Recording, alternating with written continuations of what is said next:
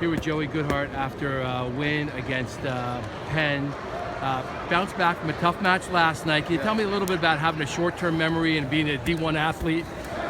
It's important, even though the results weren't what I wanted last night, coming back, I knew the team was going to need me as much as everybody, and just got to forget about it. We'll go back, watch the film this week, and learn from my mistakes. That's all you can do with losing, but just bouncing back, knew just had to come out and wrestle hard and be all right.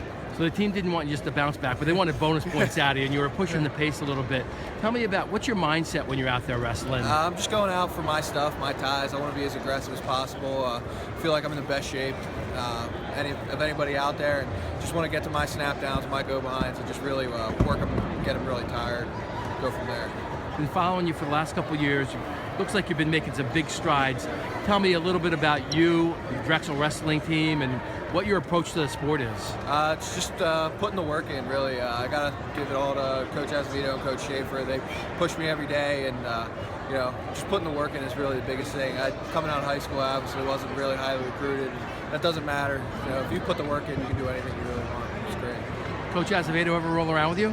It is fun. He will show some technique on me a little bit. It does get interesting, yeah. Now, Coach Schaefer's getting a little old now. Are you beating him up pretty good? Yeah, we get some good battles going. You do? Every once in a while. He says your ankles are open for him. Is that true? He goes low, but he's got to, right? Yeah. You're a monster compared to him. He's got to, yeah. Now, this second year in a row that you've won the Abner Cheesesteak Trophy.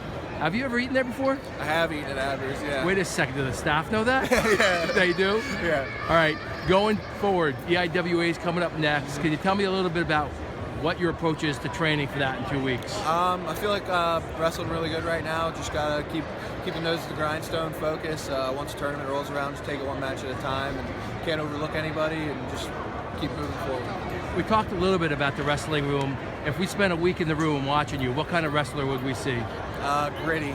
Gritty. I like to describe my style as gritty and tough. I don't give anything up.